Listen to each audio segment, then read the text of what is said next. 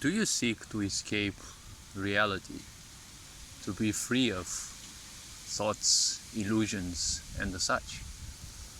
See, to a lot of people, this might seem as the easiest way to escape problems and responsibilities.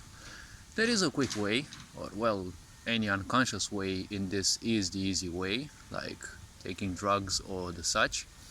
But there are conscious ways through which you can escape so-called reality. Now, as a lot of sources say, reality is mostly your perception. Because when one is ignorant, their perception is nothing else but the sum of their emotions, opinions, thoughts, and literally everything that they have acquired from others. Because when you are born a zero. You didn't have any knowledge of ideas and such. Sure, you came in with a karma in this world, which presumes that you have certain knowledge or aspects from previous lifetimes. That's why at times you may feel that when you have learned something, it's like instead you activated it, or it was somewhat there, but it needed a nudge to become operational, let's say. So the very simple point is, a lot of people nowadays, they create only misery in their life because there is no one to remind humans that the human body has what we can call a user's manual, right? But this sick society kind of makes you feel like a loser instead, and everything is bad, whatever you're thinking is bad, whatever you're doing is bad, and there will be some white-bearded fucker who will simply, punish you for whatever you do. Because ultimately, religion has a good side and a bad side. And when it comes to ignorant people who can cause havoc just by the simple fact that they exist, guiding them and keeping them in check with extreme fear, that's kind of the only way to preserve the species. Because if you suddenly tell all the bozos and ignorants that there is no God, they will start killing one another because they will think there is no repercussion.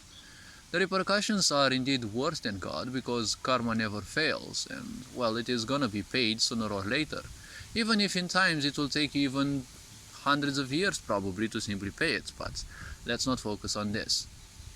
See, you may have been purchasing meditations from others to simply spend time and try to give up on ideas or make peace with things, right? The point with meditations that you're buying from others is they're all lying to you.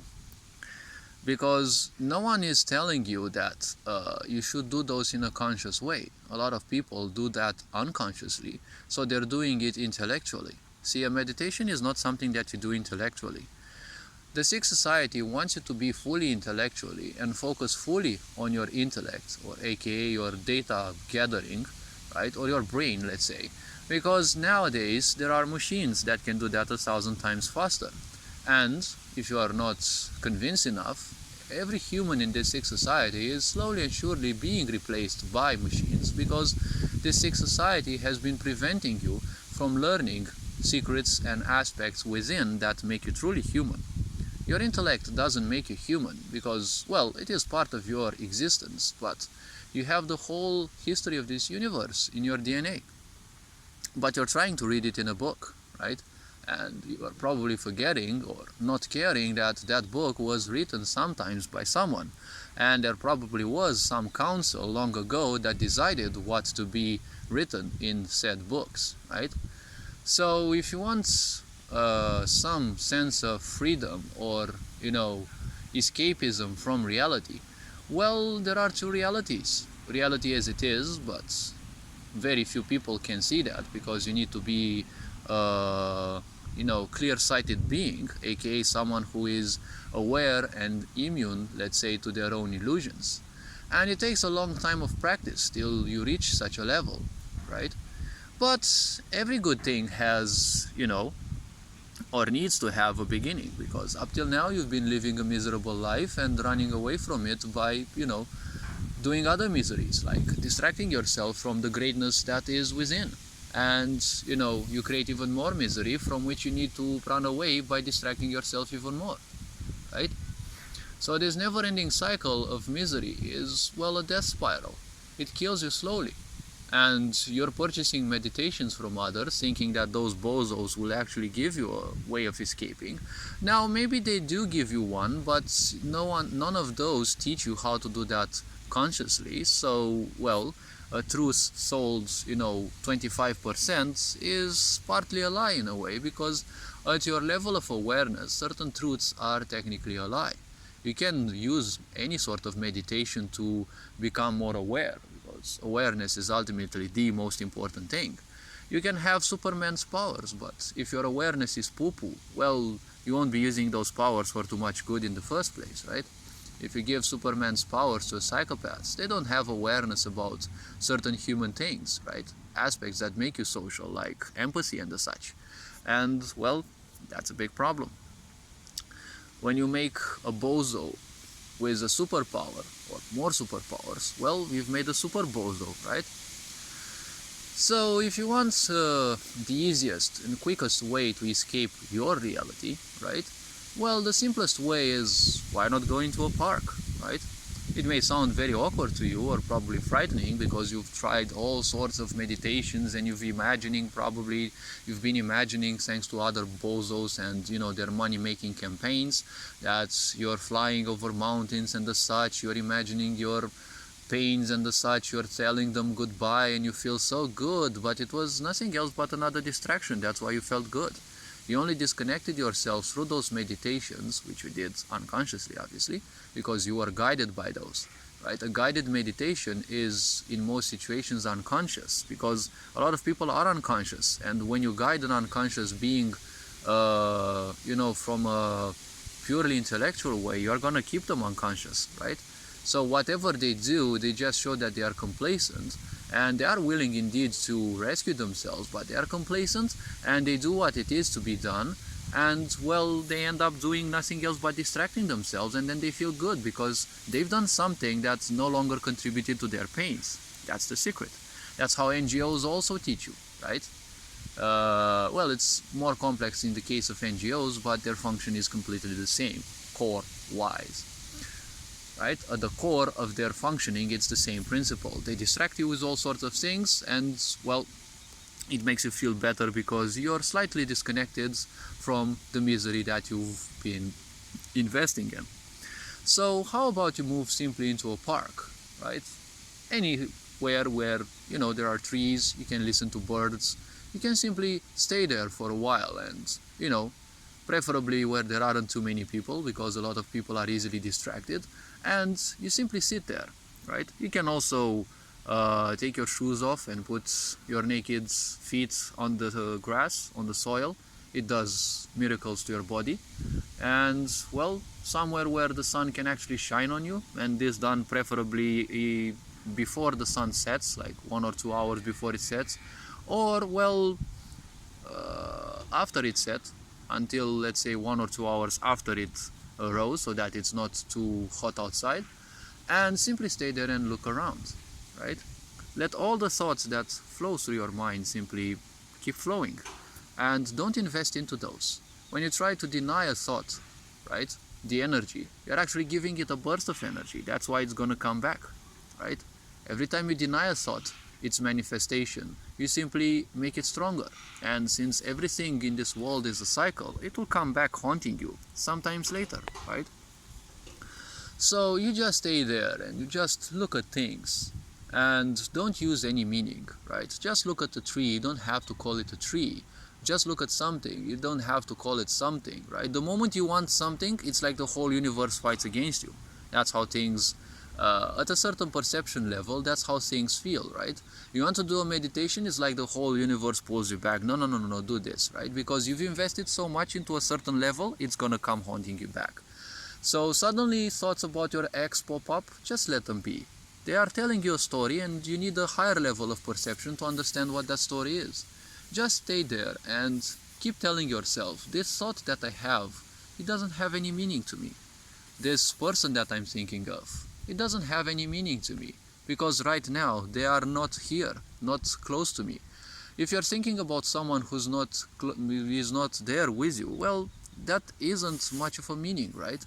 You're thinking about past data, you're recollecting data, right? You're not doing anything that is somewhat present. That person may be doing something completely differently. Maybe their life is gone for the worse or for the better. You maybe not know, right? You do not know. Even in one single day, your life can totally change. You get a bad phone call and then, well, your whole life goes to hell. You get a good phone call, well, your life goes to the better, right? That can happen to each and everyone. But ignorance functions in a simple way. You don't see things or people, they simply don't exist, right? When you're connected with the planet, they do exist at a certain level. But still, you're not interested in what other people do because they're also most likely investing in their own misery. So just sitting there and whatever thought pops in your mind, just let it go, let it flow, right? As you let it flow, just think about one thing, right? And it doesn't mean anything to you right now. It is just a past aspect, because the mind doesn't do anything but simply juggle past ideas. Everything that you invest in, well, you are creating a cycle. A cycle means it repeats, sooner or later. That is why some of your thoughts keep coming back after 2 days, after 1 hour, after, well, depending on how much you have invested into those, they will come faster. If you didn't invest much, or they didn't impress you, or traumatize you in a certain way, they will, well, each have their own cycle. Karmically speaking, they will each have a certain cycle. They will repeat at their own speed. And every time you want to do something, don't think about doing it, right? Just do it. Remember to use your mind as little as possible, because, right, when you say, I want to do this and change my life, doesn't it feel like the whole universe wants to pull you back? See, in this physical body, you've got the capability to transcend the limitations that nature has put onto you. But it's a simple point that nature won't simply let you easily do that. It will try to pull you back, because nature has given all of these for free, and it's not going to let you transcend its limitations that easily. That is why it feels that all the universe is against you, right?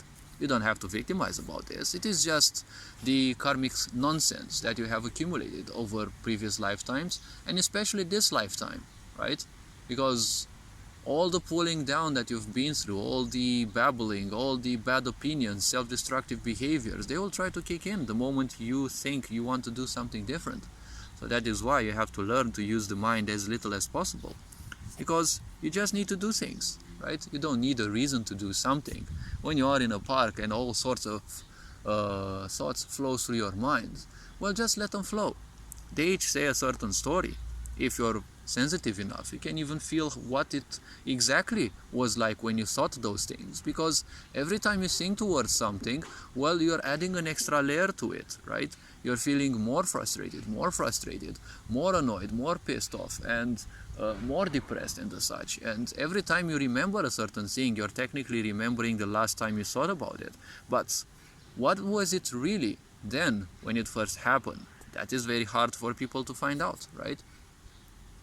So all these thoughts are nothing else but, let's say, waves that come through, right? Just like waves that come, cuddling the shore. And, well, you just have to let them flow, right? If you put yourself as an obstacle towards those, they will just go around you, or if they're strong enough, they will just, pull you down to the, they'll just knock you down. So every time any thought simply pops through your mind, you just let them flow.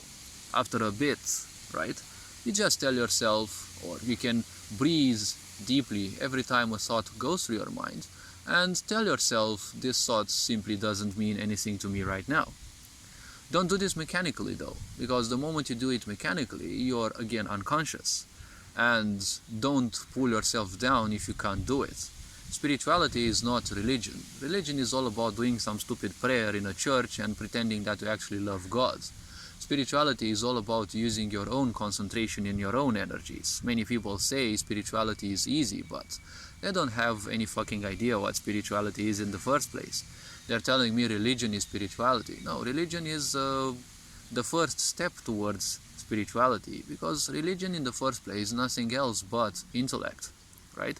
It is just a gathering of nonsensical ideas that you have to bow before, and well, that's it. You're giving all your external power, you're externalizing all your power, and that's it. There's nothing hard about it. Oh, you're gonna sing some songs praising some inexistent God created by us, just like, I don't know, in an authoritarian regime, people sing songs to their, God figure that they made. Well, it's kind of the same exact thing. Except religion is supposed to make you understand that there is something beyond you. There is creation, but it teaches you that in a primitive way because it gives creation a physical form. And in the case of most religions, well, it is a narcissistic manifestation because only, well, a narcissist will behave as if God or creation is a bigger version of themselves, right? So doing this little practice isn't much of a hard thing, right? It is just something that you need to do for as little as you can.